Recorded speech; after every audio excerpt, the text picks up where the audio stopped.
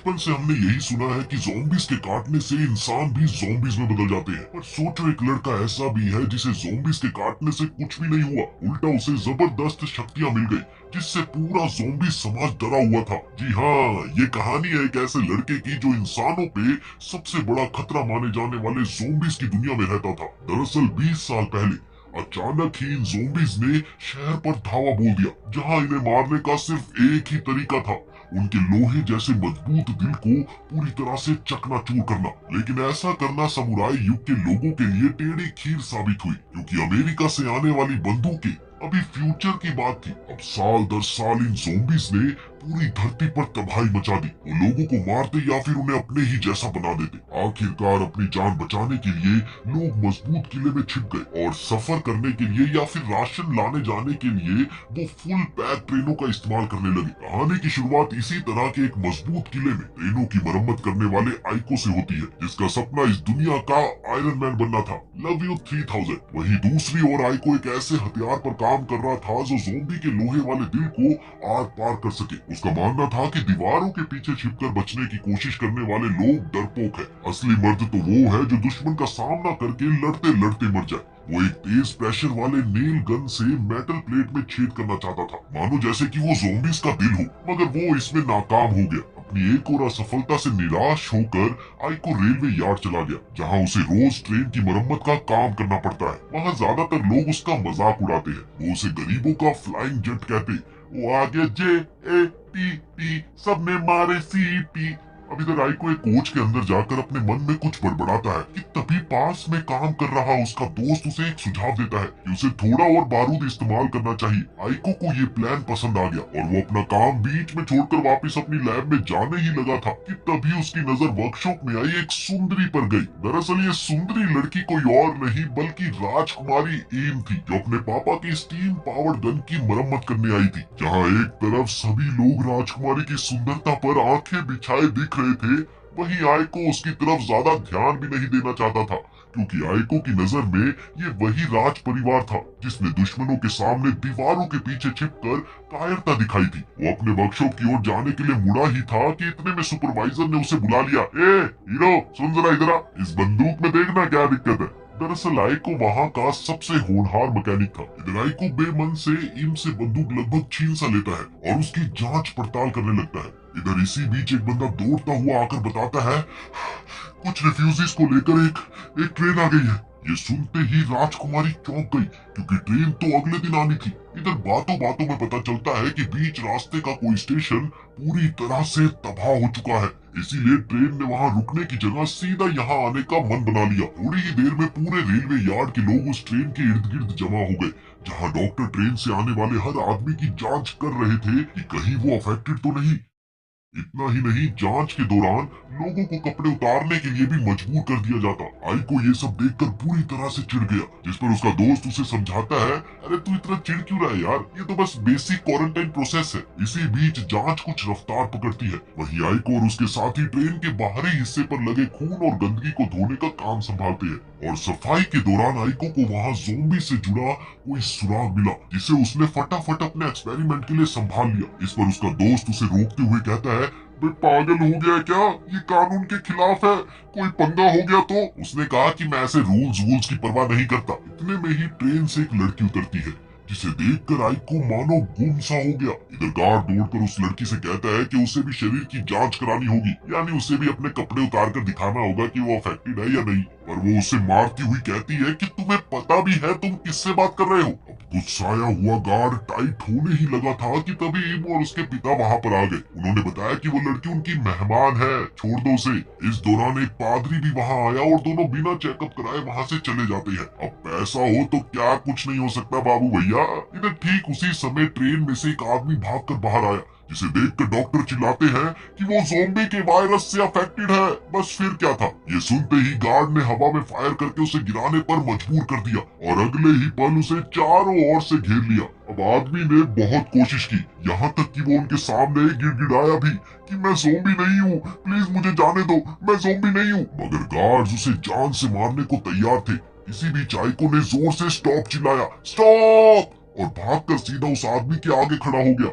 उसने बताया कि रूल्स के मुताबिक अगर किसी इंसान पर ज़ॉम्बी होने का शक है तो उसे 3 दिन जेल में रखने का सिस्टम है। ये सुनते ही गार्ड्स और गुस्सा हो गए। बस फिर क्या था, उसकी पिटाई धुलाई शुरू हो गई। हमें सिखाएगा तू। इसी दौरान आइको के बैग से ज़ॉम्बी का वो सुराग निकल गया, जिसे देखते ही सब लोग डर गए।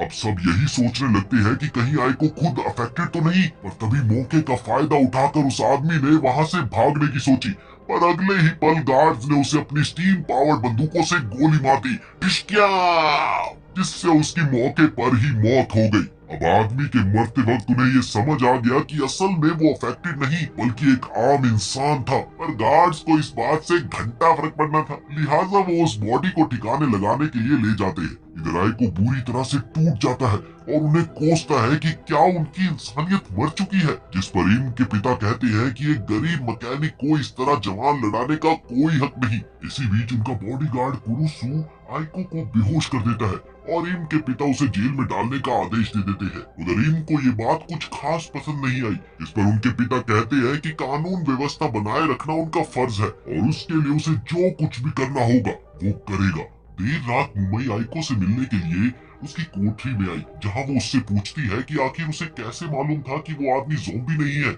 इसके जवाब में आइको कहता है कि दरअसल उसे भी नहीं पता था कि वो आदमी इंसान है या ज़ॉम्बी, मगर वो बिना किसी सबूत के उसे मरते हुए नहीं देख सकता था। वो ये भी बताता है कि उन्हें ऐसे लोगों से नफरत है जिन्होंने ज़ॉम्बी के डर के आगे इंसानियत ही छोड़ दी। उनमें इतना साहस भी नहीं है कि वो बाहर निकलकर उनसे लड़ सके। उसी वक्त एक और ट्रेन शहर के गेट पर आती है, जहां गार्ड उसका स्वागत करने के लिए दरवाजा खोलते हैं। मगर ये क्या, ये ट्रेन तो रुकी ही नहीं, बल्कि पास आने पर दिखता है कि ट्रेन पर ज़ॉम्बीज़ का कब्जा है। ये देखते ही जैसे ही गार्ड फाटक बंद करने को होते हैं कि तभी ट्रेन पटरी से उतरकर शहर में भयंकर धमाका कर देती है, जिससे चारों ओर आग भड़क जाती है। अगले ही पल उस धमाके से ज़ॉम्बीज़ बाहर रेंग कर आते हैं और फिर वो जिसे भी देखते हैं उस पर हमला कर देते हैं। इधर ये देखते ही मुंबई वहां से भाग गई। वहीं गार्ड्स भी सिचुएशन को संभालने के लिए दौड़ते हैं, जबकि अपना आइको अकेला रह जाता है। वो एक तार की मदद से अपनी कोठरी का ताला खोलता है और अपनी लैब की ओर भागता है, जहाँ उसका हथियार था। उधर प्रीस्ट और ईन के पिता के साथ कई बड़े लोग ईन को वहीं छोड़कर शहर से दूर किसी सुरक्षित जगह पर भाग जाते हैं, जबकि पूरे शहर में ज़ॉम्बियों का आतंक बड़ी तेजी से बढ़ रहा था। इधर आइको अपने शेड में भागता है, जहां वो अपने हाथ को काट कर खून की कुछ बूंदें गिराता है ताकि कोई ज़ॉम्बी उसके लैब तक खींचा चला आए। और हुआ भी कुछ ऐसा ही। एक ज़ॉम्बी उसके खून के निशान पर चलता हुआ वहां आ ही गया। इधर आइको गन लेकर पूरी तरह से तैयार था, मगर ज़ॉम्बी सामने के दरवाजे से आने की बजाय छत से हमला कर देता है। अब वो उतना बेवकूफ भी नहीं था जितना सब लोग उसे मानते थे। इसके बाद आइको ज़ॉम्बी के साथ हाथापाई में उलझ गया, जहां वो अपने नए पियर्सिंग गन से उसके लोहे के दिल को आखिरकार भेदने में कामयाब हो जाता है। इसके साथ ही ज़ॉम्बी मारा गया, जिसे देखकर आइको खुशी से झूम उठता है। ये मेरा एक्सपेरिमेंट काम कर गया। मगर तभी उसे अपने हाथ में जबरदस्त दर्द महसूस हुआ। ये क्या है, जिसे ढंग से जांचने पर पता लगा कि ज़ॉम्बी ने उसे काट लिया था। अब धीरे धीरे वायरस उसके शरीर में फैलने लगा, लेकिन आइको इससे घबराया नहीं। वायरस को दिमाग तक पहुंचने से रोकने के लिए वो अपने हाथ को मेटल के बेल्ट से खूब कस देता है, पर वायरस फिर भी नहीं रुकता। तब आखिर में वो अपने गले में एक फंदा डालकर उसे मशीन की मदद से पूरी जोर से खींचता है। वो अपनी और साथ ही मशीन की पूरी ताकत लगाकर वायरस के बहाव को रोकने की कोशिश करता हुआ खुद को ये याद दिलाता है कि वो अब वो डरपोक नहीं है जो 5 साल पहले था, जब उसने अपनी बहन को अपनी आंखों के सामने मरता हुआ देखा था। अपनी एकाग्रता और विल पावर की मदद से आखिरकार उसने वायरस को आगे फैलने से रोक दिया और फिर वहीं पर बेहोश होकर गिर गया। उधर प्रिस्ट और मुंबई शहर के बीचों बीच किसी महल में पहुंचते हैं, जहां प्रिस्ट उसे बताता है कि वो अब आगे नहीं जा सकता क्योंकि उसे भी ज़ॉम्बी ने जख्मी कर दिया है। इसीलिए वो अब एक देसी बम से अपने दिल को उड़ाकर खुद को ज़ॉम्बी बनने से रोकता है। वहीं दूसरी ओर मुंबई आगे बढ़ गई, जहां उसे एक ज़ॉम्बी दिखता है, जिससे वो लड़ने के लिए तुरंत तैयार हो जाती है। पहले तो वो ज़ॉम्बी को अपने पास आने देती है और पास आते ही अपने कीलदार सैंडल से लात मारकर उसका सिर अलग कर देती है। दूसरी ओर इधर आइको होश में आकर पाता है कि वो अब भी इंसान ही है। वो बहुत खुश होता है कि इसी बीच उसका दोस्त भी वहां पर आ गया। अब मरे हुए ज़ॉम्बी को देखकर और कमरे की हालत को देखकर वो उससे पूछता है क्या उसने ही ज़ॉम्बी को मारा है, जिसके जवाब में आइको बड़े गर्व से कहता है मैंने ही मारा है। इसके बाद दोनों गले लगते हैं, जहां आइको उसे ये भी बताता है कि ज़ॉम्बी ने उसे काटा भी था। ये सुनते ही उसका दोस्त बुरी तरह से डर गया। उधर बाहर शहर का हाल भी बहुत बुरा हो चला था। इम किसी तरह गार्ड्स को संभाल रही है कि वो ज़ॉम्बीज की फौज को शेल्टर के भीतर ना घुसने दे। इसी बीच एक बूढ़ा आकर कहता है, हमें अगले शहर जाना चाहिए। इस पर इम कहती है कि उसके पिता ने उसे यहीं रुककर सिग्नल का इंतजार करने को कहा है। तभी मुंबई भी वहां पर आ गई, जिसने मनीष मल्होत्रा डिजाइन का एक अजीब सा सेक्सी गाउन पहना हुआ था। इस दौरान पास खड़े एक आदमी ने उसे धक्का देने की कोशिश की, मगर अपने बेमिसाल मार्शल आर्ट मूव से वो उसे तुरंत पटक देती है। बाप के सामने दादागिरी नहीं करने का, समझा। अगले ही पल वो कहती है कि यहाँ किसी भी सिग्नल का इंतजार नहीं किया जा सकता। वो खुद रास्ता साफ करेगी जिससे बाकी लोग ट्रेन तक भाग सके। इसके साथ ही वो ज़ॉम्बियों की भीड़ के बीच कूद जाती है। इधर एक ज़ॉम्बी अचानक पीछे से आकर उस पर हमला करने ही लगा था, इतने में ही वो पीछे पलटकर छुरे से उसके सिर को अलग कर देती है। साथ ही उसने कटे हुए सिर को दूसरे ज़ॉम्बियों के बीच उछाल दिया, जिससे वो गुस्से में उसके पीछे भागने लगे। और बाकी लोगों को ट्रेन तक जाने का रास्ता मिल गया। इधर मूमी उन्हें शहर के टूटे फूटे हिस्सों में घुमा फिरा कर ले जाती और साथ ही अपने ओलंपिक लेवल की फुर्ती और खास हथियारों की मदद से वो खुद को बिना चोट लगाए एक एक ज़ॉम्बी के दिलों को भेद देती है। आखिरकार सब लोग ट्रेन तक सुरक्षित पहुंच जाते हैं और आइको और उसका दोस्त भी वहां पहुंचते हैं, पर गार्ड्स उन्हें ट्रेन पर चढ़ने नहीं देते। वो उनसे कहते हैं कि पहले तो उन्हें ये साबित करना पड़ेगा कि वो अफेक्टेड नहीं है, इसीलिए एक एक करके तुम लोग अपने कपड़े उतार कर दिखाओ। अब आइको मानने ही वाला होता है कि तभी दो ज़ॉम्बी आ जाते हैं, जिन्हें देखकर आइको ये सोचता है कि यही वो टाइम है जब वो लोगों को ये साबित कर देगा कि वो उनकी तरफ इंसानों के साथ ही है। वो ट्रेन से प्रेशर खींचकर अपनी गन चार्ज करना चाहता है, मगर उससे पहले ही मुंबई वहां पहुंचकर ज़ॉम्बी को मार गिराती है। अब इस दौरान आइको उसे पहचान जाता है और वो भी उसे पहचानती है। दोनों कहते हैं कि उन्होंने अपना लुक बदल लिया है। इधर आइको कहता है कि तुम तो मेरी उम्मीद से भी ज्यादा मजबूत हो। ओह बनिया, स्ट्रॉन्ग गर्ल, हाँ स्ट्रॉन्ग गर्ल। इसी बीच मुंबई उसे सूंघ कर समझ जाती है कि वो इंसान नहीं रहा, लेकिन वो फिर भी चुपचाप आगे बढ़ जाती है। इतने में एलीट समुराई कुरुसु कुछ और सैनिकों के साथ आकर आइको पर बंदूक तान देता है। वो उससे कहता है कि तुम्हें तो जेल में होना चाहिए था, तुम यहाँ क्या कर रहे हो। इस पर मुंबई कहती है कि वो ज़ॉम्बी नहीं है और उसे भी ट्रेन में जाने दिया जाए। इसके साथ ही सब लोग ट्रेन पर चढ़ जाते हैं और इम के लॉकेट जैसे चाबी से ट्रेन चल देती है। उधर म्यूमी भी ड्राइवर कैबिन में आती है, जहां कुरुसु उससे कहता है कि तुम पीछे के डब्बों की रक्षा करो, जिसमें म्यूमी कहती है अरे अरे खुद भी कुछ कर लो, और ये कहकर वो सोने चली जाती है। वो कहती है कि उसकी बैटरी खत्म है। इस बीच ट्रेन जो तेजी से भाग रही थी कि आगे कुछ और ज़ॉम्बी छिपक जाते हैं। उधर आइको की नजर एक भारी स्टीम पाइप पर थी जो कि गिरने वाली थी। वो उसे तुरंत हाथ से पकड़ लेता है, जबकि वो काफी गर्म और भारी थी। कोई नॉर्मल इंसान तो उसे रोक भी ना पाए, इतनी भारी। कुछ मैकेनिक उसके साथ मिलकर ट्रेन की मरम्मत करते हैं। इतने में ही एक ज़ॉम्बी दरवाजे की दरार से अंदर घुसने की कोशिश कर रहा होता है, जिसे देखकर सब लोग बुरी तरह से डर जाते हैं। वहीं आई को मौका पाकर अपना हथियार निकालता है और तेजी से दरवाजा खोल उसे गोली मार देता है और फिर बाहर फेंक देता है। वो कहता है कि अब ज़ॉम्बी से लड़ना आसान होगा, मगर सब लोग उससे दूर हट जाते हैं। उसका लोहे जैसा दिल दिखने लगा था। अब ये देखकर आइको को भी झटका लगता है। वो कहता है कि शायद उसे वायरस को रोकना चाहिए था, पर अब बहुत देर हो चुकी है। उसके दोस्त को भी उसे देखकर अब डर लगने लगा था। इधर लोगों का ध्यान आइको पर ही था। तभी वहां पर गश्त लगाते हुए सम्राट कुरुसु भी पहुंच गया। अपनी बंदूक की नोक ताने उसने जैसे ही लोगों से पूछा कि कहाँ है ज़ॉम्बी, बस फिर क्या था, सभी ने एक साथ आइको की ओर इशारा कर दिया। इधर आइको अपनी सफाई देने की कोशिश ही कर रहा था कि इतने में सम्राट कुरुसु ने बिना कुछ सोचे समझे एकदम से उसे गोली मार दी। और साथ ही सैनिकों को ये आदेश भी दे दिया कि वो तुरंत ही दरवाजा बंद कर दे, ताकि वो कभी भी लौट कर ना आ पाए। कुरुसु का वो वार इतना तगड़ा था कि आइको लगभग बेहोश सा होने लगा। उसका शरीर बाहर रेलवे पटरी पर पड़ा था, जहां ढेर सारे ज़ॉम्बी धीरे धीरे उसकी ओर बढ़ रहे थे।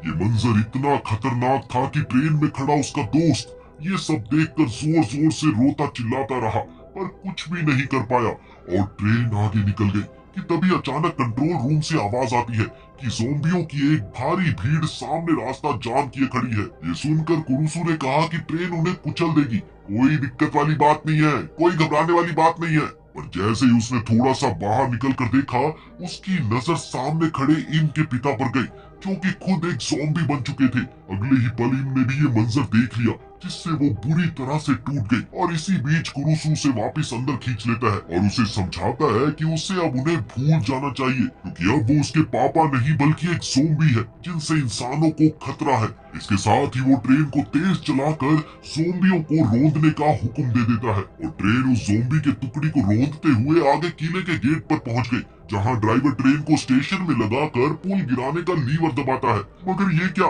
ज़ॉम्बी के एक गुट ने मशीन में एक रोड फंसा दिया था, जिसे देखकर कुरुसु से हाथ से जाकर लीवर उठाने का फैसला लेता है। हालांकि ऐसा खतरनाक काम करने से सब उसे रोकते हैं, पर कुरुसु का मानना था कि वो एक समुराई है और एक समुराई होने के नाते उसका ये धर्म है कि वो जान देकर भी लोगों की रक्षा करे।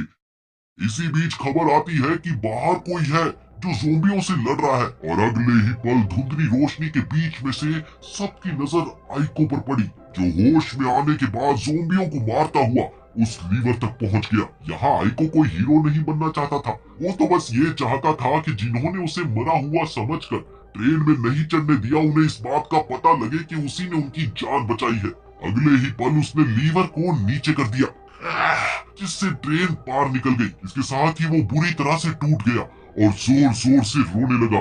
उधर एक बार फिर से अपने दोस्त को देखकर मोटू ने हुक फेंक कर उसे बचाना चाहा, पर तभी कुछ लोग उसे रोकने लगते हैं। अरे रुक जा, पागल हो गया क्या?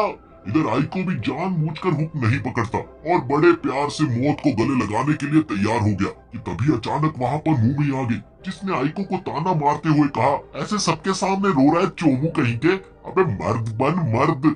इसके साथ ही उसने हुक उसकी कमर पर बांध दिया, जिससे उसके दोस्त ने उसे वापस खींच लिया। अपने दोस्त से बचाए जाने पर आइको उसे गुस्से में कहता है कि आखिर उसे ज़ॉम्बी को बचाने की क्या जरूरत थी, जिस पर मूमी उसे डांटते हुए कहती है उसे अब ये बचकानी हरकत करने की कोई जरूरत नहीं है। थोड़ी ही देर में कुरुसु और उसके सैनिक भी वहां पर आ गए और उन्होंने आइको से कहा कि अगर उसमें अभी भी इंसानियत बची है तो उसे उनके हाथों मर जाना चाहिए।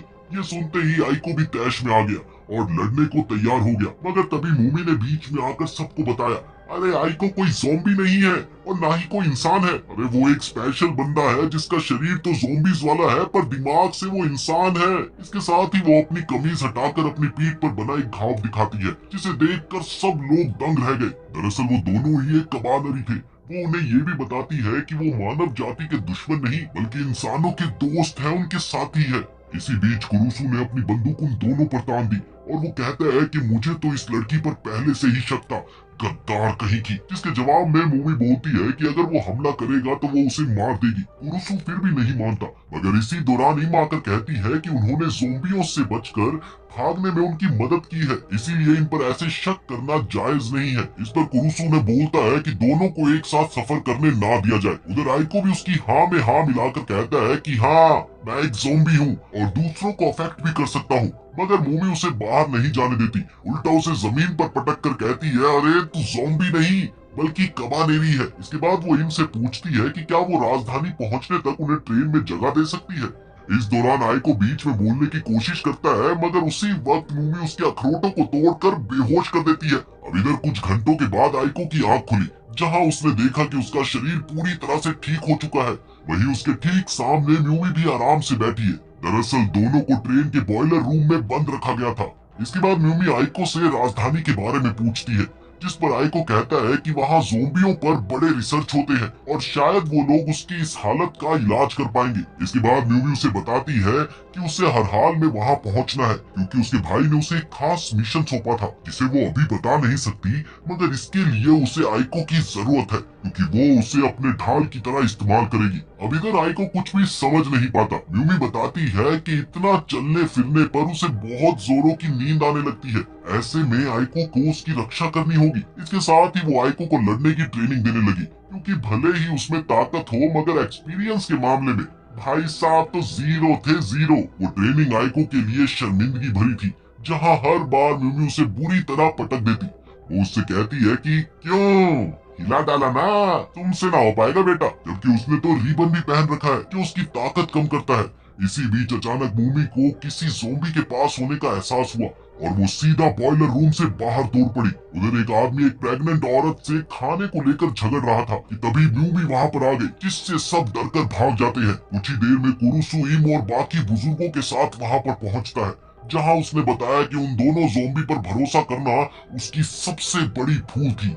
अब धीरे धीरे माहौल गरमाने ही वाला था कि तभी एक सुनहरे बालों वाला आदमी, जो कि विक्टोरियन हेयर स्टाइल में था, वो सामने आता है और इनको बताता है कि उनके पानी का भंडार अब कम होता जा रहा है, इसलिए उन्हें तुरंत कहीं रुकना होगा। अब इससे क्या होता है, जो लड़ाई हो रही होती है वो ठंडी पड़ जाती है। थोड़ी देर बाद रात में ट्रेन नदी के पास रुकी, जहां इम और बाकी सब उन सभी लोगों का सामूहिक अंतिम संस्कार करते हैं जो इस हमले में मारे गए। इधर आई को बॉयलर रूम से ये सारा नजारा देखता है, जिस पर मूमी उससे पूछती है कि आखिर वो भगवान को क्यों नहीं मानता। तब वो बताता है कि दरअसल सालों पहले ज़ोंबियों ने उसका परिवार खत्म कर दिया था। इस पर मूमी कहती है कि उसका भी यही हाल है। इसके बाद उसकी नजर आइको के हाथों में पड़े पत्थर पर गई। वो बड़े बेबाकी से पूछती है कि अब ये क्या है। आइको अपना दस्ताना हटाकर पत्थर दिखाता है। इसके साथ ही वो अपनी पुरानी कहानी बताता है कि एक बार वो और उसकी छोटी बहन नदी किनारे बैठे थे कि तभी ज़ोंबियों ने उनके शहर पर हमला कर दिया। सब बड़े लोग भाग गए, केवल वो और उसकी छोटी बहन ही अकेले छूट गए थे। इसी बीच एक ज़ोंबी ने उसकी बहन को काट लिया। वो मदद के लिए बहुत भागा, मगर किसी ने उसका साथ ही नहीं दिया। वापिस लौटकर जब उसकी नजर अपनी बहन पर पड़ी तो उसने देखा कि उसकी बहन ज़ोंबी बनने लगी थी। वो पल इतना इमोशनल था कि आइको खुद को रोक नहीं पाया और अपनी बहन को गले लगाकर वो खूब रोया। उसने अपनी बहन से अपनी नाकामी के लिए माफी मांगी और उसे बदलने से रोकने के लिए एक बम लगाकर उसका दिल उड़ा दिया। बस तभी से वो पत्थर ये घूमता है और इसे अपनी बहन की आखिरी निशानी मानता है। वो ये भी कहता है कि उस दिन उसे भागना नहीं चाहिए था, बल्कि अपनी बहन के साथ वहीं पर मर जाना चाहिए था, मगर उसका पछताना बिल्कुल ही बेमतलब था। उसी समय किसी बूढ़े आदमी के कहने पर कुछ गांव वाले बॉयलर रूम के बाहर पहुंच जाते हैं, जिनका मकसद आइको और मूमी को खत्म करना था कि तभी इम भी वहां पर आ गई और वो उन्हें रोकना चाहती थी, पर सभी ने लगभग रट सी लगा रखी थी कि उन्हें ज़ॉम्बी को मार देना होगा। इधर इम बॉयलर रूम में गई, जहां मूमी पहले से ही सब कुछ सुन चुकी थी। उसने बिना किसी देर के इम से कहा कि अब वो इन लोगों को वही देने वाली है जो वो चाहते थे। अगले ही पल वो दरवाजे से कूद कर बाहर आई, जिससे वहां मौजूद सभी लोग डर गए और लड़ने को तैयार हो गए। इसी दौरान आइको भी वहां पर आ गया और उसने बात संभालते हुए मूमी को कहा, डोंट डू, जस्ट चिल। इतने में मूमी एक दफा फिर ज़ॉम्बी की गंध पाकर वहां से चली गई। अब इधर इम सोचती है कि उसे लोगों का डर दूर करना होगा, इसलिए उसने अगले ही पल आइको पर हमला कर दिया। उसने आइको पर एक छुरा चलाया, जिसे आइको रोक लेता है, जिस पर इम ने उससे पूछा, तुम पलटवार क्यों नहीं करते। इसके जवाब में आइको बताता है कि 5 साल पहले उसने अपनी बहन को ये वादा किया था कि वो कभी ना किसी लड़ाई से भागेगा और ना ही किसी निर्दोष की बलि देगा, वो ज़ॉम्बियों से लड़ेगा। आइको की इन बातों को सुनकर इन लोगों से पूछती है, हाँ भाई बोलो, अब भी किसी को कोई शक है। इस पर सब पीछे हट जाते हैं और जो ये सारी प्लानिंग कर रहा था वो दूर खड़ा निराश रह जाता है। थोड़ी ही देर में ही आइको से माफी मांगती है, ये जो कुछ भी हुआ ये मेरी मजबूरी थी। वहीं आइको भी उसकी मजबूरी समझता है, मगर ये क्या, अचानक आइको खून की कमी की वजह से जमीन पर ढेर हो गया। इसी बीच उधर मूमी कॉमन एरिया में बच्चों के साथ खेल रही थी, जहां कोई भी माँ अब उससे उतना नहीं डर रही थी। खेल के दौरान वो बताती है कि उसे बड़ी जोर की भूख लगी है, पर वो आम इंसानों की तरह नॉर्मल खाना नहीं खाती, बल्कि उसे तो खून चाहिए होता है।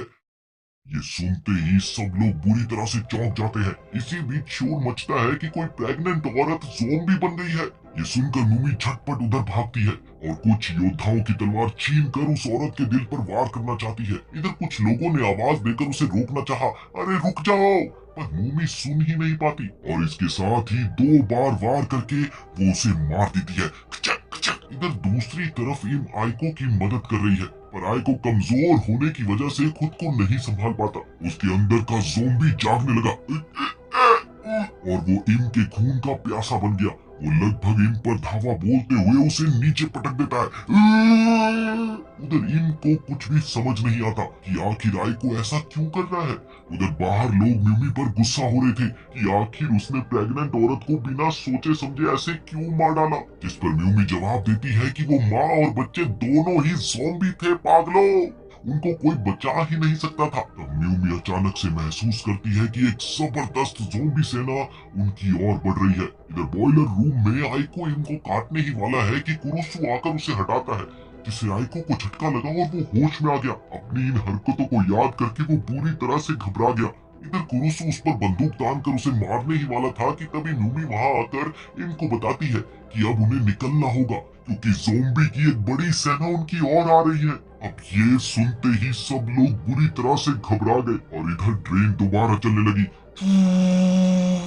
जहां पर गार्ड रक्षा करने की कोशिश करते हैं। और ये क्या, ज़ोंबी तो ट्रेन पर चिपक ही गए जैसे फेविकोल का कोई जोड़ हो। उधर गार्ड लोगों के कहने पर आइको और म्यूमी को वापस बॉयलर रूम में बंद कर देते हैं क्योंकि ज्यादातर लोगों को उनके साथ लड़ना मंजूर नहीं था। उन्हें ये शक था कि म्यूमी और आइको की वजह से ही ज़ोंबी यहाँ पर खींचे चले आए हैं। इधर बूढ़े इन पर दबाव डालते हैं कि वो उनकी कैप्टन बनने के लायक ही नहीं है, इसलिए मास्टर की चाबी वो उन्हें सौंप दे, जिस पर इन मान जाती है। इधर चाबी मिलते ही बूढ़े आदमी ने ड्राइवर को कहकर ट्रेन पहाड़ों की ओर मुड़वा दी, जिस पर इम उसका विरोध करती है। उसने चिल्लाकर कहा कि आप लोगों का दिमाग तो ठिकाने पर है या नहीं, पता भी है कि वहाँ कितने ज़ोंबी होंगे, ये बहुत खतरनाक हो सकता है। पर इसे वो बूढ़ा आदमी अनसुना कर देता है और उसे रसोई में जाकर अपना काम करने को कहता है। अरे जा यार, अपना रसोई में जाकर काम कर। उधर आइको म्यूमी को बताता है कि उसने इन पर हमला करके बहुत बड़ी गलती कर दी, जिस पर म्यूमी उसे समझाती है कि ये कोई बड़ी बात नहीं थी, उन्हें बस भूख लगी थी और कुछ भी तो नहीं। थोड़ी ही देर में कुछ आदमी आइको के दोस्तों को भी बंदी बनाकर उसी डिब्बे में डाल देते हैं, बस ये कहकर कि उन्हें ज़ोंबी का तरफदार नहीं चाहिए। इसके साथ ही आइको का दोस्त उसे उसकी पियर्सिंग गन लौटा देता है, जो शायद अब उसके लड़ाई में काम आ सके। थोड़ी ही देर में ट्रेन एक पुल से गुजरती है, जहाँ बहुत ही भारी संख्या में ऊपर से ज़ोंबी कूद आते हैं। इतना ही नहीं, उनमें से एक ज़ोंबी तो इतना खास था कि उसे तलवार चलानी भी आती थी। वो लोगों को ऐसे काटता जा रहा था, ऐसे काटता जा रहा था कि मानो वो इंसान नहीं गाजर मूली हो। अब इधर म्यूमी उसे देखकर समझ जाती है कि ये एक स्पेशल ज़ोंबी है। अगले ही पल उसने ज़ोंबी पर खिड़की से गोली चलाई, मगर वो ज़ोंबी इतना फुर्तीला था कि वो वहां से बच निकला। उस अकेले ज़ोंबी ने न जाने कितने लोगों को मारकर उन्हें भी ज़ोंबी बना दिया। अब जैसे जैसे शहर नजदीक आ रहा था, डिब्बे में ज़ोंबीज़ की गिनती बढ़ती जा रही थी। वो बूढ़ा चाहता है कि अफेक्टेड डिब्बे काट दिए जाए, मगर इस पर इम कहती है कि वो लोगों की मदद करेगी। उसने योद्धाओं को साथ लेकर ये कमान संभाली। इस दौरान एक भारी भरकम आदमी कुरुसु को सुझाव देता है, ज़ोंबीज़ का सर उड़ाना दिल पर वार करने से आसान है मेरे दोस्त। अब ये बात सुनते ही कुरुसु तुरंत तलवार लेने दौड़ गया। वहीं इसी बीच लोग भी उसे रोकने की कोशिश करते हैं। अरे रुक जा मेरे भाई। एक और जहां एक लड़का ज़ोंबियों का हाथ खींचकर अफेक्टेड हो गया, उसने अपने दिल में बम लगाकर खुद को उड़ा दिया ताकि वो उनकी तरह इंसानों पर खतरा न बन सके। वहीं दूसरी ओर धमाका इतना भयंकर था कि उससे बैरल ही फूट जाता है। इधर कुरुसु अपनी तलवार लेकर लौट आया और उसने एक एक करके ज़ोंबियों को खत्म करना शुरू कर दिया। अब उधर आइको भी इमरजेंसी एग्जिट से निकल आया ताकि वो उस तलवारबाज ज़ोंबी को रोक सके। इस दौरान म्यूमी भी उसके साथ थी। टनल से बाहर निकलते हुए उन्होंने कई सारे ज़ोंबीज़ को मार गिराया। वहीं बेचारी म्यूमी के गन की स्टीम खत्म हो गई और वो इतना थक चुकी थी कि ट्रेन की छत पर ही सो गई। उधर कुरुसु बाकी ज़ोंबियों से निपट ही रहा था कि तभी उसका सामना स्मार्ट तलवारबाज ज़ोंबी से हो गया। पहले तो कुरुसु उसे देखकर थोड़ा हैरत में पड़ गया कि कोई ज़ोंबी हथियार कैसे चला रहा है। इसके बाद ज्यादा ना सोचते हुए वो उससे भिड़ गया। उसने ज़ोंबी को उस होल तक ढकेल दिया जो धमाके से ट्रेन की दीवारों पर हुआ था। अगले ही पल उसने ज़ोंबी के दिल पर वार करना चाहा, पर ये क्या, उसकी तो तलवार ही टूट गई। इसके बाद ज़ोंबी ने उसके शरीर में तलवार घुसा दी। इस दौरान कुछ लोग गोलियां चलाकर कुरुसु को बचाते हैं और उधर आइको म्यूमी को छत पर हुक से बांध देता है ताकि वो गिर ना जाए। इसी बीच म्यूमी उससे कहती है कि जीत के आना है लौंडे, और वो दोबारा से सो जाती है। थोड़ी ही देर में आइको के दोस्त भी वहाँ पर आ जाते हैं, जिन्हें वो म्यूमी की देखभाल करने को कहता है। तुम इसका ध्यान रखना। इधर जैसे ही आइको आगे बढ़ा, उसे भी गजब की भूख महसूस हुई, जिससे अगले ही पल उसका शरीर कमजोर पड़ता गया। उधर वो तलवारबाज ज़ोंबी बचे हुए लोगों पर कहर ढा रहा था कि तभी आइको ऊपर से झांकते हुए चिल्लाता है, कोई मुझे खून दो, मैं तुम्हें ज़ोंबी से आजादी दूंगा। अब आइको की ये बात सुनकर शुरू में तो लोग हिचकिचाए, पर तभी इन ऊपर आ गई और वो अपना हाथ काटते हुए कहती है, ये लो खून, लेकिन बदले में तुम हमारे लिए लड़ोगे ना। इधर खून की खुशबू से ज़ोंबी तलवारबाज भी उसकी ओर लपका, पर इस दफा कुरुसु ने उसे रोक लिया। उधर आइको ने इनके हाथ से खून चूसा और जैसे ही खून उसके लोहे के दिल तक पहुंचा, उसमें जबरदस्त ताकत आ गई। इसके साथ ही वो तलवारबाज पर टूट पड़ा। आइको ने उसे जमीन पर पटक दिया और अगले ही पल अपने पियर्सिंग गन से उसका दिल छेद देता है। ये देखकर पास खड़ी इम बहुत खुश होती है और वो आइको के लिए तालियां बजाने लगती है। साथ ही पूरी ट्रेन के लोग भी उसके लिए नारे लगाने लगते हैं, लाल फूल नीला फूल, आइको भैया ब्यूटीफुल। इसके बाद सब ट्रेन की सफाई और मरम्मत करने में लग गए। वहीं आइको और म्यूमी को बॉडीगार्ड बनने की जिम्मेदारी दी गई। अब इधर इम को उसकी चाबी और कैप्टनशिप वापस मिल जाती है, जहां वो ऐलान करती है कि आइको और म्यूमी हमारे साथ राजधानी तक जाएंगे और अगर उन्हें भूख लगेगी तो मैं उन्हें खून दूंगी। जिस पर कुरुसु कहता है कि वो अकेली दोनों को खून नहीं दे सकती, मगर तभी आइको के दोस्त और खुद कुरुसु भी खून देने के लिए राजी हो जाते हैं। इसके साथ ही ट्रेन राजधानी की ओर चल पड़ती है। इसके बाद जल्द ही वो अजीब सुनहरा बंदा आइको की पियर्सिंग गन देखकर वैसे ही गन्स बनाने लगता है जो ज़ोंबी के दिल को भेद सके। अब इधर आइको भी ज़ोंबी के दिल से निकले मेटल को तलवार पर चढ़ाने का प्रयोग करता है ताकि तलवार और ज्यादा मजबूत हो जाए। इतने में अचानक से ट्रेन रुक जाती है। दरअसल ड्राइवर ने इमरजेंसी ब्रेक लगाया था। इधर ईम के पूछताछ में पता चलता है कि जिस शहर में उन्हें रुकना था वो जवाब ही नहीं दे रहा। असल में शहर ज़ोंबियों के हाथों तबाह हो चुका था, मगर कुछ लोग अब भी वहाँ पर जिंदा थे।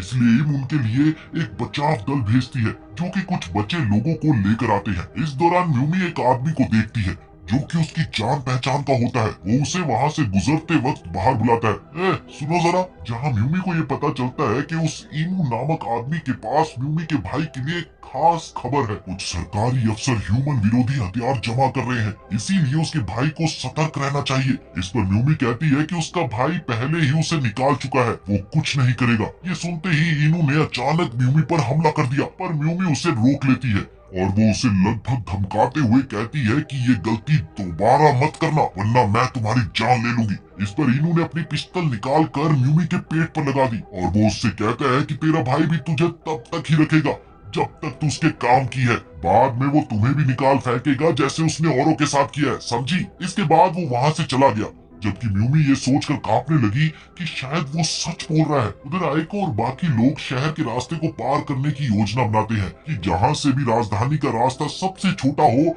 हम वहीं से जाएंगे। तभी म्यूमी वहाँ पर आ गई। उसने आइको को टॉन्ट मारते हुए कहा कि मुझे कायरो की योजना में कोई दिलचस्पी नहीं है। आइको उसे समझाने की कोशिश भी करता है पर म्यूमी उसे लात मारकर उड़ा देती है। वो कहती है कि वो भी उनके साथ रहकर उनके जैसी कायर नहीं बनना चाहती। इस पर आइको लोगों को समझाता है कि कोई बात नहीं, ये प्लान हम म्यूमी के बिना भी कर सकते हैं। वही म्यूमी वापस बॉयलर रूम में जाकर छिप जाती है। फिर थोड़ी देर बाद आइको बॉयलर रूम में सामान लेने जाता है, जहाँ वो म्यूमी से पूछता है कि वो इतना अजीब बर्ताव क्यों कर रही है, जिस पर म्यूमी कुछ भी नहीं कहती। अब इधर ट्रेन शहर में घुसी, जहाँ लोग क्रेन से टूटी हुई इमारत हटाने जाते हैं। आइको के दोस्त क्रेन कंट्रोल पैनल में थे, जहाँ से वो लोअर लेवल पर ज़ोंबीज़ को मारने का प्लान करते हैं। इधर म्यूमी बाहर निकलकर सीधा बॉयलर रूम की ओर भागी ताकि वो अकेले ही उन ज़ोंबीज़ को खत्म कर दे। उसकी ये हरकत आइको को बिल्कुल भी पसंद नहीं आई और वो उसे इग्नोर कर देता है। म्यूमी दरवाजा तोड़कर अंदर घुसती है, जहाँ 100 से भी ऊपर ज़ोंबी उसके सामने थे। वो बम गोली चाकू से एक एक करके सबको मारने लगी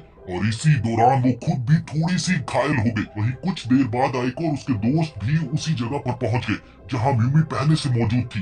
वो पाते हैं कि म्यूमी ने पहले ही कई सारे ज़ोंबी को मार गिराया। वो ताना मारते हुए आइको को भी बच्चा दिमाग बोलती है और आइको उसकी बात अनसुनी करके बॉयलर चालू करता है। वहीं उसके साथी क्रेन से मलबा हटाते हैं, लेकिन तभी उनकी नजर टावर पर गई, जहाँ हजारों ज़ोंबीज टावर पर चढ़ रहे हैं। ये देखकर सब पूरी तरह से डर गए। आइको बॉयलर को हाई पावर में चलाता है, पर ज़ोंबी इतनी बड़ी तादाद में थे कि ये हमला उनके लिए कुछ भी नहीं था। इसीलिए वो लोग फैसला करते हैं कि उनको ट्रेन की ओर लौटना चाहिए। लेकिन इस दौरान म्यूमी का कहीं भी पता नहीं चलता और आइको तय करता है कि वो उसे भूल कर पहले तो अपने साथियों को बचाएगा। वो उनसे कहता है कि वो लोग ट्रेन की तरफ चले जाए, जाओ ट्रेन की तरफ जाओ, जबकि वो यहाँ पर क्रेन चलाएगा वरना खतरा बढ़ सकता है। इधर जब आइको उस मलबे और मेटल के ढेर को पटरियों से हटाने की कोशिश कर रहा होता है, तभी उसकी नजर बाहर लड़ती हुई म्यूमी पर पड़ी, जो कि बहुत कमजोर और हताश दिख रही थी, मगर फिर भी खुद को साबित करने पर तुली हुई थी कि वो डरपोक नहीं है। उसकी हालत चाहे जैसी भी थी, लेकिन फिर भी वो अपनी आखिरी हद तक ताकत लगाकर ज़ोंबियों से लड़ रही थी। इधर आइको सोचता है कि म्यूमी खुद चीजें संभाल लेगी, इसीलिए उसका ध्यान पूरी तरह से क्रेन पर था। लेकिन अचानक उसे दिखता है कि एक ब्रूस ली टाइप का ज़ोंबी म्यूमी को बुरी तरह से पटक रहा है। दे पटक, दे पटक। यहाँ तक कि उसने म्यूमी से हथियार तक छीन लिया और अगले ही पल उसे नीचे कोयले के ढेर में पटक दिया। ये देखकर आइको तय करता है कि उसे क्रेन छोड़कर म्यूमी की मदद करनी होगी। बस इसी वजह से मलबा ट्रैक पर ही पड़ा रहा और ट्रेन को रुकना पड़ा। उधर आइको एक केबल के सहारे कूदकर नीचे आता है और उस कुंफू ज़ोंबी को मारकर म्यूमी को उठाता है।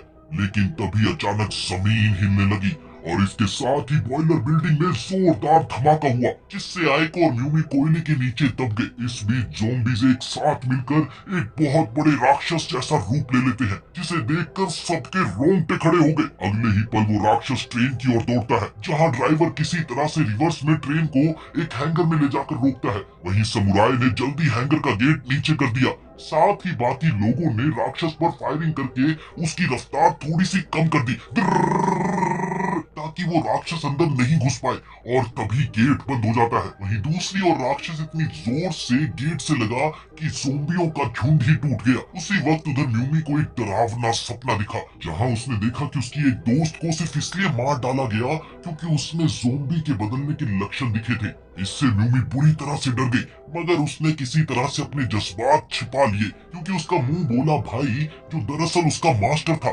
तुरंत वहां से निकलना चाहता था। नींद से जागने पर उसे एहसास हुआ कि वो मलबे के नीचे दबी हुई है और अब वो और ज्यादा अफेक्टेड हो गई है। कुछ देर बाद आइको मलबा हटाते हुए कहता है उसने क्रेन छोड़कर उसे बचाने की गलती की, सिर्फ इसलिए ताकि वो उसकी जान बचा सके। इस पर म्यूमी कहती है कि वो उसे छोड़कर चला जाए, वो खुद यहाँ से निकल जाएगी और साथ ही ज़ोंबियों का भी सफाया कर देगी। जिस पर आइको जवाब देता है कि वो एक चट्टान के नीचे फंसी हुई है और अभी वो इतनी कमजोर है कि कुछ नहीं कर पाएगी। लेकिन तभी म्यूमी के शरीर में ज़ोंबी का खून हावी होने लगा, जिससे वो बुरी तरह से डर गई कि कहीं वो सच में ज़ोंबी ना बन जाए। इस बीच आइको जल्दी से उसे बोतल बंद खून पिलाता है, जो वो अपने साथ लाया था, जिसे पीकर म्यूमी ने बेहतर महसूस किया। तभी आइको की नजर सामने की ओर गई, जहां एक ज़ोंबी का झुंड उनकी ओर आ रहा था। वो सोचता है कि पहले इनसे निपट लिया जाए, लेकिन फिर वो म्यूमी को देखता है। उसका मानना था कि जब तक वो लड़ सकता है वो लड़ेगा, पर म्यूमी को वो यूं बेबस नहीं मरने देगा। उसने अपनी पियर्सिंग गन संभाली और अपने हाथ को एक दफा फिर से काटकर खून की बूंदें गिराता है, ताकि ज़ोंबी उसकी ओर आए। वो वहां से कुछ दूर दूसरे हिस्से में ज़ोंबियों को लड़ने के लिए ले जाता है। इसी बीच म्यूमी बेहोश सी हो गई, जहां उसे अपने गांव के तबाह होने की यादें आती है और जहां पर ज़ोंबियों ने म्यूमी की मां को भी मार डाला था। उसे बस इतना याद था कि तब उसकी जान एक घोड़सवार आदमी ने बचाई थी। इधर म्यूमी ये सब देख ही रही थी कि इतने में कुछ योद्धा ट्रेन वाले पहुंचकर उसे मलबे से निकालते हैं। फिर वो होश में आते ही तुरंत आइको को ढूंढने दौड़ पड़ी, जो उससे दूर एक जगह बेहोश पड़ा मिलता है, जहां उसके साथ बहुत सारे मरे हुए ज़ोंबी भी पड़े हुए थे। वो दौड़कर उसके पास गई, जहां उसने पाया कि वो बुरी तरह से घायल होने पर भी जिंदा है। अब वो ट्रेन की ओर लौट ही रहे होते हैं कि रास्ते में वो काला राक्षस ज़ोंबी एक बार फिर से आ जाता है। वो तेजी से ट्रेन पर चढ़ जाते हैं, जबकि वो बड़ा सा राक्षस टनल को तोड़कर अंदर घुसने की कोशिश करने लगा। इधर कुरुसु ने सबसे पूछा कि क्या हम इसे हरा सकते हैं। इस पर आइको के दोस्त को लगता है कि उनके पास स्टेशन से मिली भारी तोप है, उससे अगर कोशिश करे तो शायद हम इसे हरा सकते हैं। इधर म्यूमी बताती है कि इस कॉलोनी के अंदर एक मेन ज़ोंबी होता है, कोर, जिसे अगर हम मार दे तो पूरी कॉलोनी ढह जाएगी। अब तोप से सीधा कोर तक पहुंचना मुमकिन नहीं था, पर हाँ, उससे कोर को बाहर लाया जा सकता था। और फिर म्यूमी कहती है कि इसके बाद मैं उसे खत्म कर दूंगी। कुछ घंटों बाद आइको मलबा हटाता है ताकि ट्रेन आगे बढ़ सके, और ये क्या, वो बड़ा सा मॉन्स्टर ट्रेन का पीछा करने लगा। इधर फैटी तोप पर तैनात था, जिसे म्यूमी बताती है कि मॉन्स्टर को आखिरी पल तक और पास आने देना और फिर गोला दाग देना। लेकिन फैटी घबरा गया। वो पहले तो जल्दी फायर कर देता है, जिससे मॉन्स्टर के सिर का बस कुछ हिस्सा ही उधर पाता है और कुछ ज़ोंबी ट्रेन पर आकर गिरते हैं। अब गार्ड उन्हें रोकने की कोशिश करते हैं। वहीं आइको और कुरुसु भी लड़ाई में कूद जाते हैं। कुरुसु ने आइको की बनी नई तलवार ली, जिससे दिल भेदना और भी आसान हो गया था। इसी बीच उस बड़े से राक्षस ने उछलकर ट्रेन के पिछले डिब्बे को तोड़ दिए, मगर फैटी इस बार सांस रोककर सही मौके का इंतजार करता है और जैसे ही मॉन्स्टर एकदम पास आ गया, उसने कोर वाले हिस्से को टारगेट करके फायर कर दिया। जिससे कोर दिखने लगा। इसी के साथ म्यूमी ने आगे बढ़कर उसी कोर ज़ोंबी पर वार कर दिया, जिससे पूरी कॉलोनी फट सी जाती है। इधर आइको म्यूमी को पकड़े हुए वापस ट्रेन में चढ़ जाता है, पर ट्रेन इतनी तेजी से जा रही थी कि बैलेंस न रहकर एक तरफ को झुक गई। तभी लाउड स्पीकर से सबको कहती है कृपया अपनी दाईं ओर झुक जाए ताकि ट्रेन बैलेंस हो सके, वरना अगला स्टेशन यमराज का घर होगा। लेकिन अगले ही पल सबने जोर लगाया और इस तरह ट्रेन पटरी पर आ गई और फिर वो सही सलामत शहर पार कर जाते हैं। थोड़ी देर बाद ही ट्रेन किसी और शहर की ओर पहुंचती है, जहां उन्हें संकेत मिलते हैं कि लोग अब भी जिंदा है। सब लोग खुश हो जाते हैं। वो आगे जाकर स्टेशन पर रुकते हैं। इन वहां के मेयर से मिलने का सोचती है। वहीं आयको और वो सुनहरा इंजीनियर बताते हैं कि जेट बुलेट बनाने का मटेरियल खत्म हो चुका है और ट्रेन की मरम्मत के लिए भी सामान चाहिए। इस पर रीम कहती है कि वो सारा सामान आज ही खरीद ले, क्योंकि हम कल निकलेंगे। शहर के बाजार में सब टीमें जाकर जरूरी सामान लेती है। लड़कियां खाना और कपड़े खरीदती हैं। वहीं आयको और उसका दोस्त ट्रेन के पुर्जे ये सब खरीदने में लगते हैं। उधर ही मेयर के घर जाती है, मगर वो नहीं मिलता, इसीलिए वो किसी मिनिस्टर से मिलती है।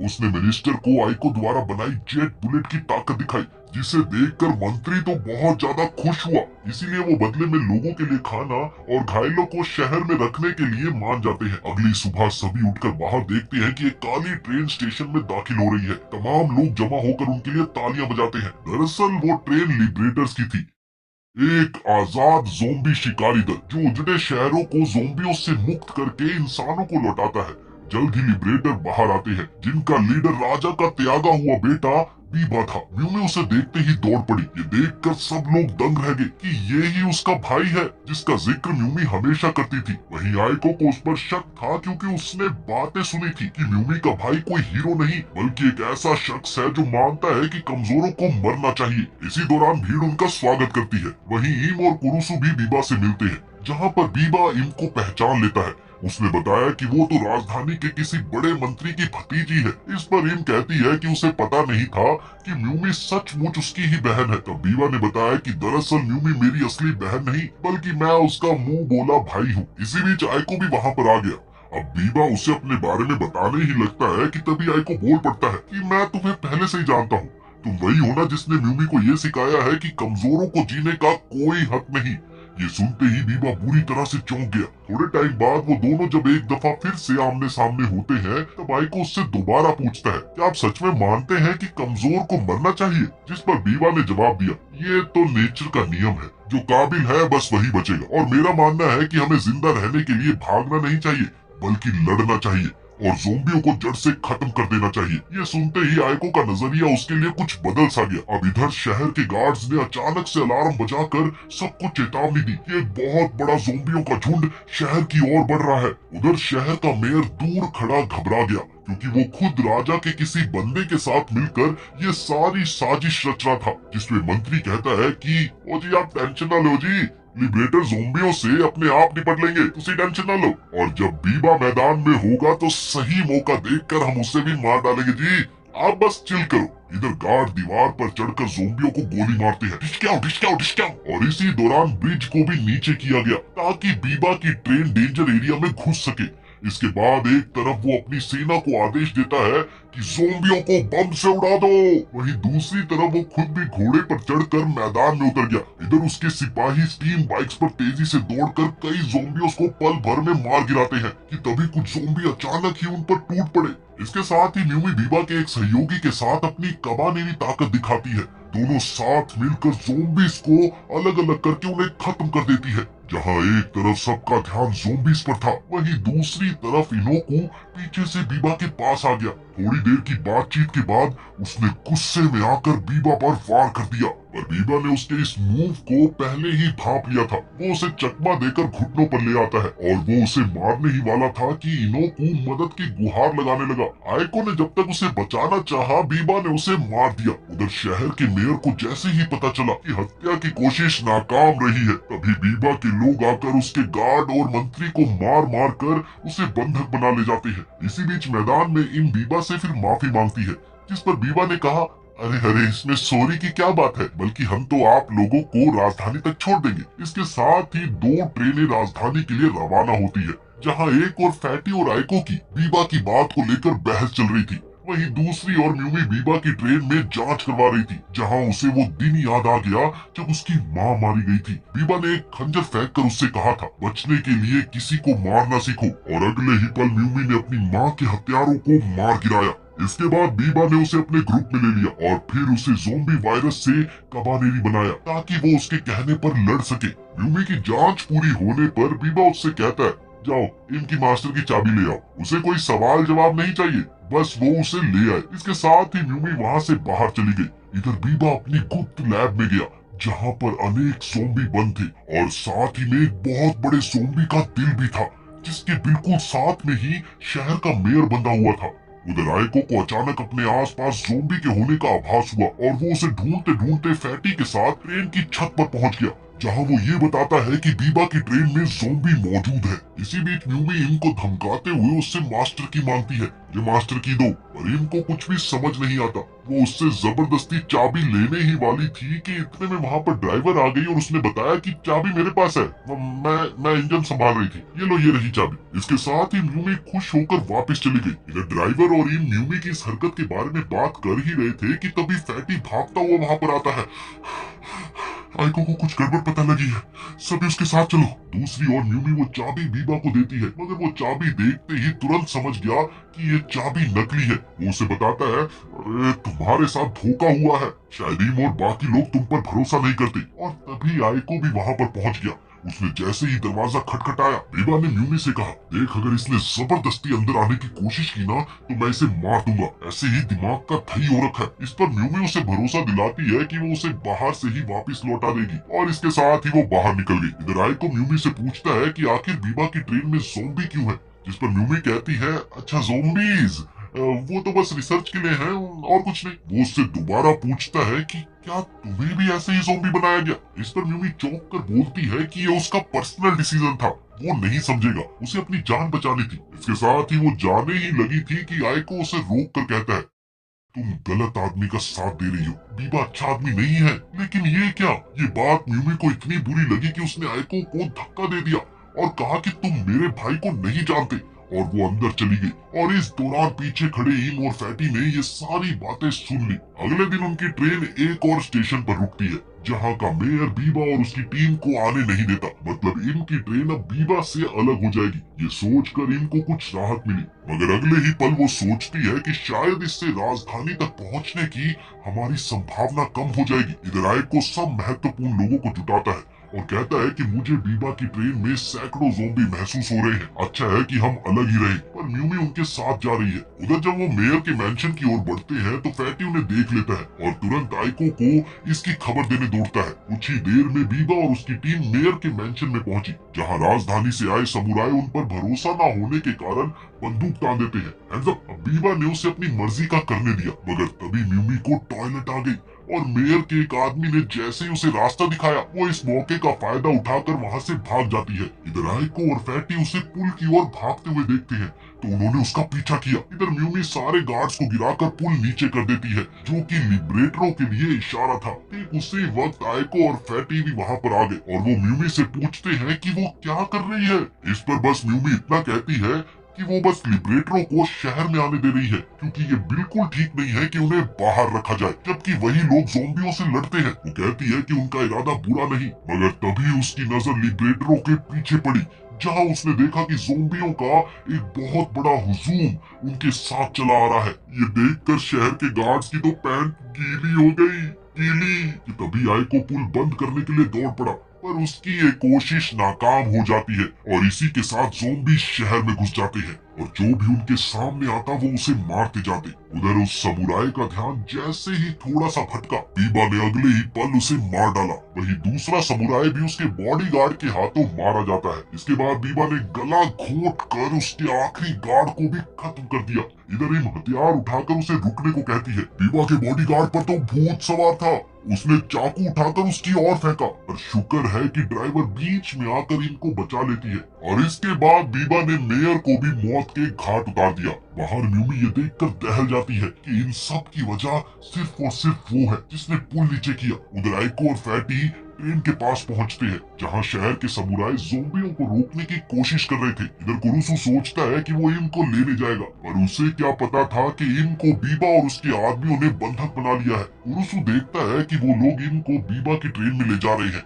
उधर ट्रेन के अंदर बीबा अपनी फीमेल बॉडीगार्ड के साथ था, जो ये अच्छे से जानती थी कि वो आज मारी जाने वाली है। बीबा ने उसे खास सीरम लगाया जिससे वो फ्यूज्ड कॉलोनी की कोर बन गई। उसके शरीर से मेटल की कुछ चीजें निकलती है जो मरे हुए ज़ोंबियों के शरीर को खींचकर एक बहुत बड़ा राक्षस बना देती है। इस दौरान बीबा उसे आदेश देता है कि वो राक्षस शहर का दरवाजा तोड़ दे और अगले ही पल दीवार से टकराकर उसे तोड़ देती है। इधर म्यूमी बीबा के पास पहुंची जहां वो उससे पूछती है कि आखिर ये सब हो क्या रहा है, जिस पर बीबा ठंडी आवाज में कहता है, ये वही दुनिया है जिसकी मैं हमेशा से चाह रखता था। ये सुनते ही म्यूमी का दिमाग सुन सा पड़ गया और इतने में वो फीमेल बॉडीगार्ड सीरम के असर से अपना काबू खोने लगती है और सचमुच का ज़ॉम्बी बन जाती है। वो बड़ा सा राक्षस उसके बेकाबू होने पर पिघल सा जाता है, जिससे वैज्ञानिक बुरी तरह से नाराज हो गया। तभी उसका साथी ये सुझाव देता है कि एंटीडोट से महिला को होश में लाया जा सकता है, पर साइंटिस्ट कहता है कि वो इसके लायक नहीं है। रहने तो छोड़ो। इधर कुरुसु चुपके से ट्रेन में घुसकर इनको बचाने की कोशिश करता है। वो गार्ड्स को पछाड़कर आगे बढ़ ही रहा होता है कि इसी बीच साइंटिस्ट एक गन निकालकर उसे रोक लेता है, पर इम कहाँ शांत रहने वाली थी। उसने उसे भटकाकर असिस्टेंट को पटक दिया। इसके साथ ही एंटीडोट छीनकर वो कहती है, अगर तुम नहीं रुके तो मैं इसे फेंक दूंगी। इस पर साइंटिस्ट उसे गोली मारने ही लगा था कि कुरुसु उस पर झपट पड़ा और दोनों नीचे गिर जाते हैं। उधर वो ज़ॉम्बी फीमेल पूरी तरह से बेकाबू हो गई और अपने ही साथियों को मारने लगी। अब सैनिक उसे गोलियां मारते हैं, मगर ये गोलियां उसे भड़का देती है। फिर उसने अगले ही पल मैग्नेटिक धमाके जैसी शक्ति का इस्तेमाल करके पूरी बिल्डिंग को ही उड़ा दिया। इसके बाद वो गुस्से में बीबा पर झपटी, जिससे वो बुरी तरह से डर जाता है। मगर ये क्या, ऐन वक्त पर वो उसे मारने से रुक गई और उसी समय का इस्तेमाल कर बीबा उसके दिल में छुरा घोंप कर उसे मार देता है, जिसे म्यूमी देखकर पूरी तरह से टूट गई। इसके बाद लिबरेटर सेना इस बीच बचे लोगों को बंदूक की नोक पर अपने कब्जे में ले लेती है। जब आयको ने इस बात का विरोध किया तो उसे भी नीचे गिराकर ये धमकी दी गई, हमें तेरे खून की जरूरत है, विरोध किया तो मारा जाएगा। वहीं दूसरी तरफ जो लोग ज़ॉम्बी के शिकार बने हुए थे वो उन सबको मार देते हैं। इधर बीबा ने ट्रेन पर चढ़कर भाषण दिया कि आज मैंने सबको उनके पिंजरे से आजाद कर दिया है। जब तक लोग दीवारों में छिपे हैं वो कभी विकसित नहीं होंगे। उन्हें बाहर निकालकर ज़ॉम्बियों से लड़ने पर मजबूर करना ही असली मुक्ति है। इसके बाद जल्द ही सबको कैद कर लिया गया। वहीं आइको को एक पिंजरे में डाल दिया जाता है जहां वो गार्ड्स और साइंटिस्ट को देखते हुए जमीन पर कुछ लिखता है। उधर बाकी लोगों को ग्रुप में बांटकर उनका खून लिया जा रहा था। इधर आइको का एक दोस्त भी बीबा के लोगों के साथ मिल गया था। ये बात किसी को अच्छी नहीं लगी, खास तौर पर फैटी को, जो आज ब्लड डोनेट वाली टीम में गया था। उधर जब वो अंदर गया तो देखता है कि बीबा का एक लेफ्टिनेंट एक आदमी को परेशान कर रहा था। वो आदमी बार बार बस यही कह रहा था, साहब मेरी पत्नी का खून मत लीजिए, आप चाहे तो मेरा खून ले ले पर उसका खून मत निकालिए प्लीज। इस पर लेफ्टिनेंट उसे खुशी खुशी हाथ मिलाने को कहता है और जैसे ही उसने हाथ आगे बढ़ाया तभी वो उसका हाथ काट डाल देता है। अरे यार कितना निर्दयी है ये बंदा। अब फैटी खड़ा होकर इसका विरोध करता है पर गार्ड उसे काबू में कर लेते हैं। इसके बाद में वो आइको से मिला जहां उसने आइको से पूछा, कब खून खोलेगा तेरा, तू कब कुछ करेगा, अब बस बहुत हो गया ये सब, अब और नहीं सहा जाता। इस पर आइको उसे बताता है कि कल रात जब ये लोग खून लेने आएंगे मैं पिंजरे से निकलूंगा और बीबा का काम तमाम कर दूंगा। अब इधर उसी समय बीबा इम से कहता है कि अगर अपने लोगों को बचाना है तो राजा के पास ये संदेश भेज दे कि वो फाटक खोल मुझे मेरे पिता से मिलवा दे। जिस पर इम मान जाती है। वो पूछती है, फिर तुम अपने पिता के साथ क्या करने वाले हो? जिसके जवाब में बीबा कहता है, 10 साल पहले राजा ने 4 लाख की सेना को ज़ॉम्बियों को मिटाने भेजा था। मुझे 12 साल की उम्र में उस सेना में कमांडर बना दिया गया था। हमने कई शहरों को आजाद करवाया पर हमारी मदद अचानक बंद हो गई और सारी सेना मिट गई और ये सब कुछ मेरे पिता के आदेश पर हुआ था और अब मैं उसका बदला लूंगा। इधर रात में आइको अपने दोस्तों को सारी प्लानिंग समझाता है कि अगर हम इंजन रूम पर कब्जा कर ले तो बीबा को हमारी शर्तें माननी ही होगी और बाकी बंधकों को छोड़ना पड़ेगा। सब यही मानते हैं कि ये जोखिम भरा काम है मगर इसके अलावा उनके पास कोई और ऑप्शन था ही नहीं।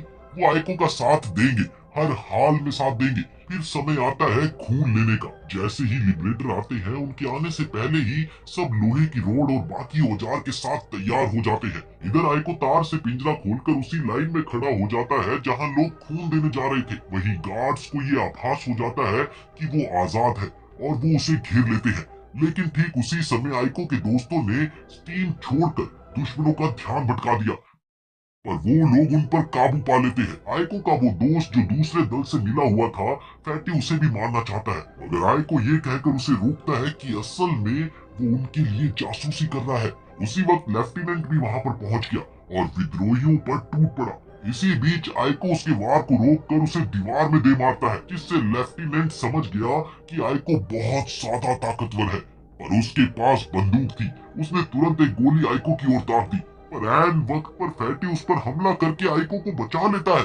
उधर बीबा ये सब सुनकर म्यूमी को उन्हें रोकने के लिए भेजता है, पर वो हिचकिचाती है, जिस पर वो कहता है, अगर तू ये काम नहीं करेगी तो मैं वो दवा बंद कर दूंगा जो तुझे इंसान बनाए रखती है, समझी? लेकिन इसके बाद भी म्यूमी ने अपने दोस्तों को चोट पहुंचाने से इनकार कर दिया। तब बीबा उसे हटाने का आदेश देता है, जिसे सुनते ही म्यूमी वहां से भागने लगी। वो सिपाहियों को पटकते हुए आगे बढ़ ही रही थी कि तभी एक लेफ्टिनेंट उसे नीचे गिरा देता है। बीबा के आदेश पर उसके सहायक उसे बेहोश करने वाला इंजेक्शन लगा देते हैं, जहां म्यूमी बेहोशी में भी आइको को पुकारती है, आइको। उधर आइको और फैटी तेजी से आगे बढ़ते हैं। बाकी दोस्त लिबरेटरों को रोकते हैं और इसी दौरान वो इंजन रूम के पास पहुंच गए, लेकिन कोई भी चाबी फिट ही नहीं बैठती। अब आइको धमाका करके ताला तोड़ना चाह रहा था, लेकिन तभी बीबा और उसके आदमी आ जाते हैं। इसके बाद बीबा बताता है कि वो जानता था कि आइको विद्रोह करेगा, इसलिए उसने चाबी बदल दी थी। वो कहता है कि तुम्हारी ये बगावत खत्म बच्चे, और इसके साथ ही वो आइको पर गोली चला देता है। लेकिन फैटी तभी बीच में आकर गोलियां खा लेता है और तब वो कहता है, उस रोज कुरुसु ने जब तुझे गोली मारी थी तब मैं कुछ भी नहीं कर पाया दोस्त, पर आज मैं ऐसा कर पाया, मुझे बहुत ज्यादा खुशी है।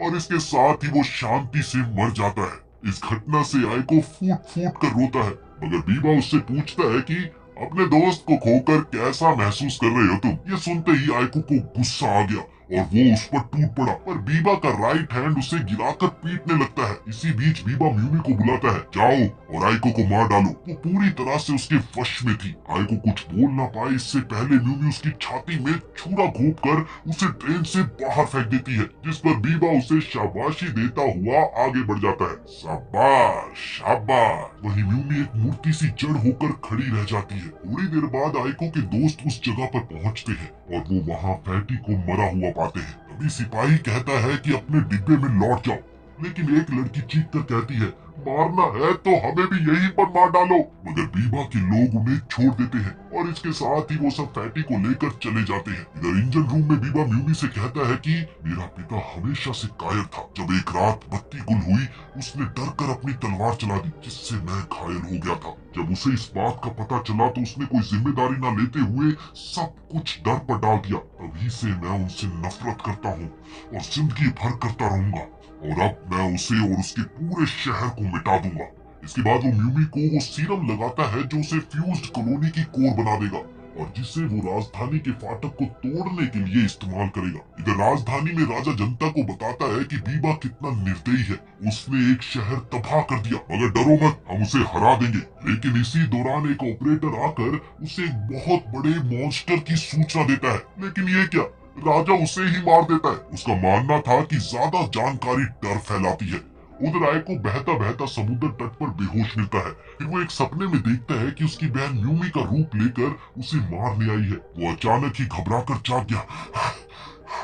उसने फैटी की मौत को अपनी गलती मानी कि इसी बीच उसकी नजर एक ज़ॉम्बी पर गई, जिससे वो डरकर एक जहाज के मलबे में छिप गया। इधर इम की ट्रेन जैसे ही राजधानी पहुंचती है, वैसे ही मैसेंजर राजा को बताते हैं इम ने बीबा को कैद कर लिया है। ये सुनते ही राजा उन्हें अंदर आने देता है। इम एक तरफ का ड्रामा करती है कि उसने बीबा को पकड़ा है ताकि उसके लोगों को शहर में जगह मिल सके। इस पर उसके अंकल और दूसरे अफसर को विश्वास सा नहीं होता। वो कहते हैं कि वाकई इतनी आसानी से? तब इम बताती है कि सब ने बहुत मेहनत की और पूछती है क्या हमें शहर में रहने की जगह मिल सकती है। इसके जवाब में अफसर एक हफ्ते के लिए जेल में क्वारंटीन करने के लिए मान जाता है, जिसे इम तुरंत मान जाती है। इसके बाद उसे और बीबा को महल में बुलाया गया। उधर कुरुसु आइको से पूछता है आखिर तुम भाग क्यों गई, जिस पर आइको ने जवाब दिया मैं कुछ भी नहीं कर पाया।